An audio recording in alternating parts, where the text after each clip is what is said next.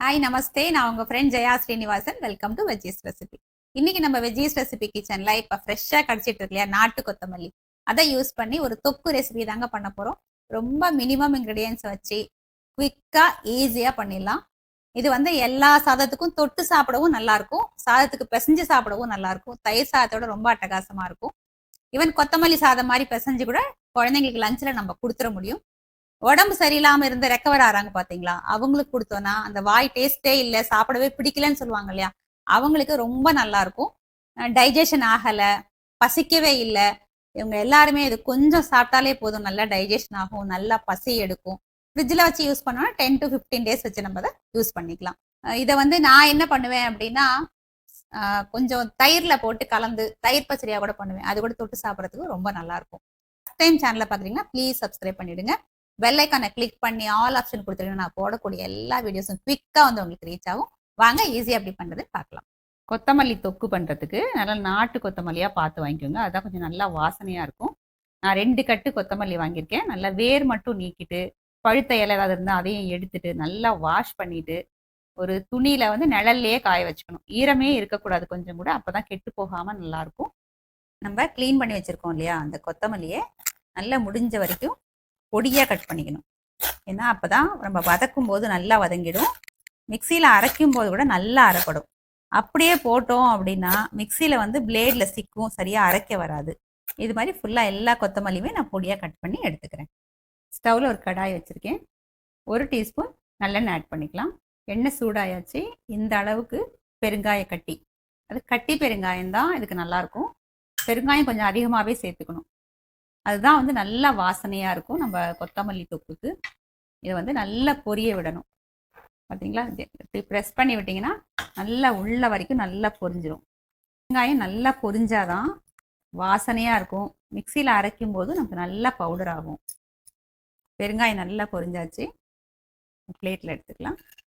1/4 cup வெள்ளை உளுத்தம்பருப்பு add பண்ணிக்கலாம். இதையும் வந்து நல்லா செவக்க வறுத்துக்கணும். உளுத்தம்பருப்பை எப்பவுமே ஸ்டவ் ஃப்ளேமை சிம்மில் வச்சு வறுத்துக்கணும். அப்போ தான் வந்து நல்லா ஒரே மாதிரி வறுபடும். ஹையில் வச்சிட்டோன்னா மேலே வறுபட்டுரும், உள்ளே வந்து அப்படியே பச்சையாக இருந்துடும். அப்போ நமக்கு நல்ல ஒரு வாசனையாக இருக்காது. உளுத்தம்பருப்பு பாதி அளவுக்கு வறுத்தாச்சு. ஒரு 10லேருந்து 12 மிளகாய் உங்களுக்கு காரத்துக்கு தகுந்த மாதிரி ஆட் பண்ணிக்கோங்க. இதையும் சேர்த்து வறுத்துட்டோம் அப்படின்னா மிளகாயும் வறுபட்டுரும், அதே நேரத்தில் உளுந்தும் வந்து நல்லா சிவப்பாக வறுபட்டுடும். ஒரு நெல்லிக்காய் அளவுக்கு புளியை எடுத்துக்கோங்க. இதையும் வந்து இந்த கடாயிலேயே இந்த பருப்போடு சேர்த்து இப்படி ஒத்தையாக பிரித்து போட்டுட்டோம்னா சேர்ந்து இதுவும் வறுபட்டுடும். ஸ்டவ் ஃப்ளேமை சிம்லேயே வச்சுக்கிட்டு எல்லாத்தையும் சேர்த்து வறுத்துக்கணும். பருப்பை நல்லா வந்து கோல்டன் கலருக்கு வறுத்தாச்சு. அதே நேரத்தில் மிளகாயும் புளியும் ரெண்டுமே வறுபட்டாச்சு. இப்போ ஸ்டவ் ஆஃப் பண்ணிவிட்டு கொஞ்ச நேரம் இதே கடாயிலே இருக்கட்டும். கொஞ்சம் சூடு ஆறுனதுக்கப்புறம் நம்ம எடுத்துக்கலாம். ஸ்டவ் ஆஃப் பண்ணதுக்கப்புறம் கூட நம்ம கொஞ்சம் நேரம் வறுத்துக்கிட்டே இருக்கணும். ஏன்னா கடாய் வந்து நல்ல சூடாக இருக்கு இல்லையா, அப்படியே விட்டுட்டோம்னா அது ஒரு பக்கம் தீஞ்சு போயிடும். நம்ம வறுத்த மிளகா வத்தல் உளுத்தம்பருப்பு எல்லாத்தையும் வேறு பிளேட்டுக்கு ட்ரான்ஸ்ஃபர் பண்ணிவிட்டேன். இப்போ இதே கடாயில் 1 டீஸ்பூன் எண்ணெய் ஆட் பண்ணிக்கலாம். இப்போ நம்ம கட் பண்ணி வச்சுருக்கோம் இல்லையா, அந்த கொத்தமல்லி ஃபுல்லாக இதில் ஆட் பண்ணிவிடுவோம். ஸ்டவ் ஃப்ளேம் சிம்லே வச்சுட்டு இதை நல்லா வதக்கிக்கணும். கலர் மாறாத அளவுக்கு நல்லா சுருண்டு வரும், அந்த அளவுக்கு நம்ம வதக்கணும். கொத்தமல்லியை க்ளீன் பண்ணும்போது வேர் மட்டும் எடுத்தால் போதும், இந்த தண்டு எல்லாமே போட்டுக்கலாம் நம்ம. அது தண்டு வந்து ரொம்ப நல்லா இருக்கும் நம்ம தொக்குக்கு. பாருங்கள் நல்லா வதக்கிட்டோம். கலர் கொஞ்சம் கூட மாறலை. கடாய் ஃபுல்லாக போட்டோம் இல்லையா, அப்போ பாருங்கள் கால்வாசி ஆயிடுச்சு. இப்போ ஸ்டவ் ஆஃப் பண்ணிட்டு சூடு நல்லா ஆறட்டும், அப்புறம் மிக்சியில் அரைச்சிக்கலாம். நம்ம வறுத்து வச்ச பருப்பு நல்லா சூடு ஆறியாச்சு. மிக்சி ஜாரில் ஃபஸ்ட் நம்ம பெருங்காயத்தை அப்படியே உடச்சி போட்டுக்கலாம். பாருங்கள் நல்லா சூப்பராக வறுத்தாச்சு, நல்லா தூள் ஆகுது பாருங்கள். மிளகாய் வத்தல் பருப்பு எல்லாத்தையும் போட்டுடலாம். நம்ம பெருங்காயத்தை நல்லா அப்படியே உடச்சி போட்டோன்னு வச்சுக்கோங்களேன், பவுடர் ஆகிறது ஈஸியாக இருக்கும். தொக்குக்கு தேவையான அளவு உப்பு போட்டுக்கலாம். லாஸ்ட்டில் டேஸ்ட் பண்ணி பார்த்துட்டு வேணும்னா நம்ம ஆட் பண்ணிக்கலாம். ஃபஸ்ட்டு கொஞ்சம் கோர்ஸாக அரைச்சி எடுத்துக்கலாம். அதுக்கப்புறம் மல்லி இதோட சேர்த்து நம்ம நல்லா அரைச்சிப்போம். பாருங்கள் இந்த அளவுக்கு கோர்ஸாக அரைச்சி எடுத்துக்கணும். இப்போ நம்ம வதக்கி வச்சுருக்கோம் இல்லையா கொத்தமல்லி, அதை ஃபுல்லாக ஆட் பண்ணிவிட்டு பல்ஸ் மோடில் அரைச்சிக்கணும். கொத்தமல்லி ஆட் பண்ணிவிட்டு இந்த மாதிரி கோர்ஸாக அரைச்சி எடுத்துக்கணும். இது ரொம்ப நைஸாக அரைக்கக்கூடாது, இப்படி இருந்தால் தான் சாப்பிட்றதுக்கு ரொம்ப நல்லாயிருக்கும். அரைச்சதை ஃபுல்லாக இப்போ பவுலில் எடுத்துக்கிட்டு இருக்கேன். எங்கள் மாமியார் இது ரொம்ப நல்லா பண்ணுவாங்க. அவங்க எப்படி ஸ்டோர் பண்ணுவாங்கன்னா, கொஞ்சம் விளக்கெண்ணெய் எடுத்துக்கிட்டு இப்படி உருட்டி உருட்டி ஒரு டப்பாவில் போட்டு வச்சுருவாங்க. இப்போ நம்ம விளக்கெண்ணெய் அவ்வளோ பிடிக்கிறது இல்லை அப்படிங்கிறதுனால நான் வந்து நல்லெண்ணெய் எடுத்துப்பேன். கொஞ்சமாக அப்படி ஒரு சொட்டு கையில் அப்படி எடுத்துக்கிட்டு இந்த மாதிரி கையில் கொஞ்சம் எண்ணெய் கோட் பண்ணிவிட்டு நமக்கு எப்படி எந்த சைஸில் வேணுமோ அந்த மாதிரி இப்படி நல்லா அப்படி உருட்டி உருட்டி ஒரு பாட்டிலில் போட்டு வச்சிடுறது. அப்படி வச்சிட்டோம் அப்படின்னா அந்த எண்ணெய் வந்து ப்ரிசர்வேட்டிவாக நமக்கு அது ஒர்க் பண்ணும், சீக்கிரம் வந்து கெட்டு போகாது.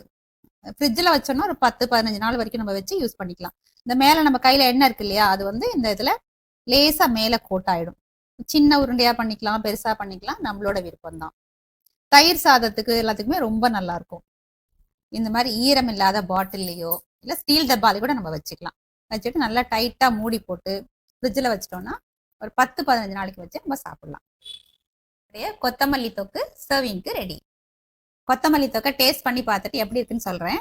சின்ன பீஸ் எடுத்து வாயில் போட்டுக்கிறேன். செம சூப்பராக இருக்குங்க. நல்ல புளிப்பு, காரம், உப்பு, இந்த கொத்தமல்லி ஃப்ளேவர், அதில் பருப்பு எல்லாம் சேர்ந்து ரொம்ப நல்லா இருக்கு. கண்டிப்பாக ட்ரை பண்ணி பார்த்துட்டு எப்படி வந்ததுன்னு கமெண்ட்ல சொல்லுங்க. லைக் பண்ணுங்க, உங்க ஃப்ரெண்ட்ஸ் அண்ட் ஃபேமிலியோட ஷேர் பண்ணுங்க. புது ரெசிபியோட நாளைக்கு நான் உங்களை மீட் பண்றேன். தேங்க்ஸ் ஃபார் வாட்சிங்.